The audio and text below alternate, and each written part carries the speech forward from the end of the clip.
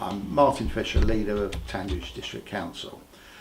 Last week I attended the Local Government Association conference at Birmingham, and the Community Secretary, Sajid Javid, made a speech where he was very clear that we had to be honest about our housing needs.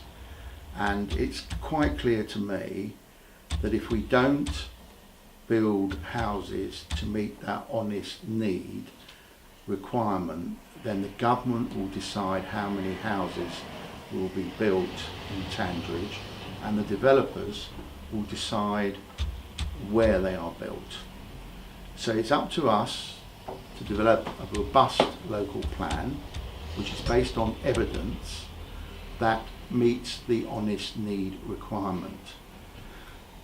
Earlier this year we set out our strategy for the local plan, and that strategy accepts that we can build some houses in our existing urban areas, which account for only 6% of our area, and what we don't want is a sort of scattergun approach to building on the green belt, which has been described to me as a death by 1,000 cuts.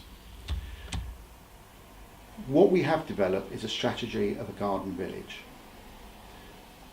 and that will help us to meet that housing need requirement. This strategy is to put 4,000 houses on the green belt, and it will count for about 1% of the green belt. So we will, at the end of this process, still be the district with the highest proportion of green belt in the country. And as some people say to me, that green belt in itself is not accessible to the general population. So with this strategy of a garden village, 5 developers have put forward broad locations for the garden village, and what it enables us to do is to ensure that those garden villages deliver not only the infrastructure that's required to support those garden villages, but also the mix of housing that we require as a district.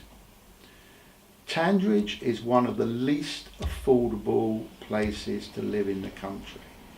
In fact, I was somewhat embarrassed at an earlier meeting when the then Minister for Housing and Planning put up a chart which showed quite clearly a red dot, which was a red area, which was Tandridge, and we were the least affordable. By affordable, what we mean is house prices are 14.3 times average earnings.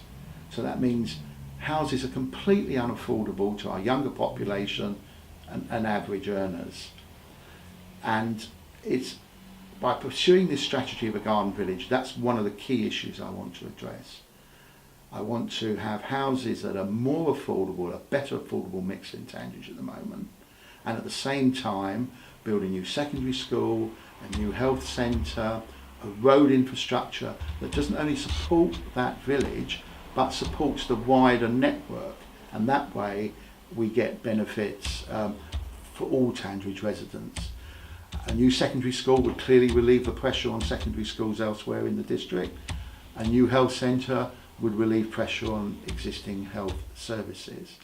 So, as I see it, and at one of these public meetings, a resident said that you're a bit between a rock and a hard place. You've got the government planning policy framework, and you've got what residents feel that they don't want any house building in their area. But where I think we're not perhaps getting that communication message over is that if we fail to deliver those houses which the government see that we need to deliver to address the affordability issues, then the government will step in, decide the number of houses that need to be built, and effectively it's open season for developers who know that. They will come in, put planning applications in willy-nilly all over the place, and when we go to appeal, a government inspector will pass them because we haven't got a robust local plan in place. And if you go around the country and look at other areas that have had an inspection, Mid Sussex, which borders us to the south, Waverley, to the to the west. They're going through inspections at the moment, and it's a very robust challenge from the government inspectors around housing need, and in most cases they're putting the need up. Now, I know many residents feel that our housing need number is too high in some way, that it doesn't take into account this, or we've overcompensated for that. But we did a review of 70 districts in the southeast, because when I first became leader a year ago, I thought, well, I want to investigate this for myself. So we did a review of these 70 southeast districts, and we looked at their OAN numbers and their housing stock. And what a surprise that the average OAN number expressed per annum over the housing stock was 1.3% for these 70 districts we looked at. The Tandridge OAN figure is also 1.3%. So that told me that our OAN was about right. You could argue whether it should be 9,400 or 9,600 or a few hundred less. And it is a projection going forward. And as Sajid Javid said, we have got to have an honest assessment of that need. Now, I'm also aware there's criticism of the fact that a small team called the Local Plan Steering Group have been meeting with the developers. Now, a year ago, there was criticism that the leadership wasn't leading, it was letting the officers get on with it. So what we've done, we formed a steering group, which is myself as leader of the council.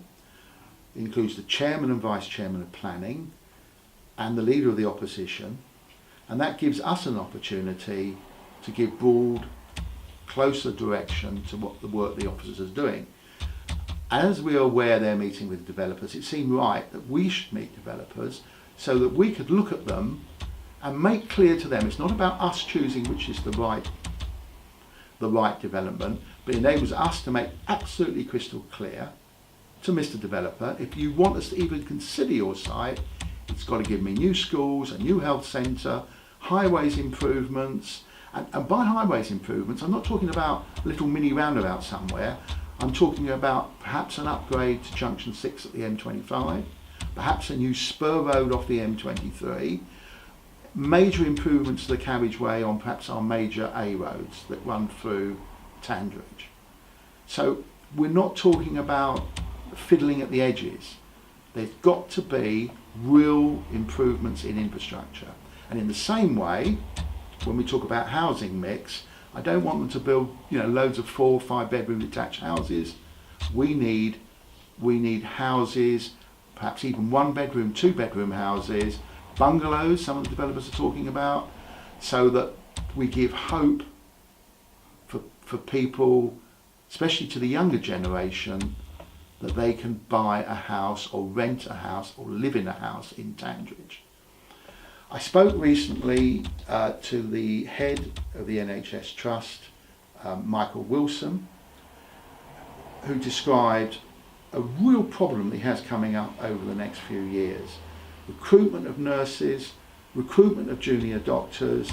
He has nowhere for them to live in Tandridge, and it's a real barrier to recruitment. In fact, Dr. Hill told me, it staggered me, that he put an advert out for a GP for the health centre in Oxted, and he didn't get 1 response. And his view was that was because doctors found it not attractive to come to Tandridge because of the affordability issues. I think for me, it's about offering hope to the future generations. When you and I were young, Kevin, 50% of us got on the housing ladder because we could get a mortgage and plan our way to buying our own homes. Today, across England, that figure has fallen to below 20%, and I believe in Tandridge it's even lower than that. Our children dream of living in their own homes. Without house building, it will remain just that, a dream.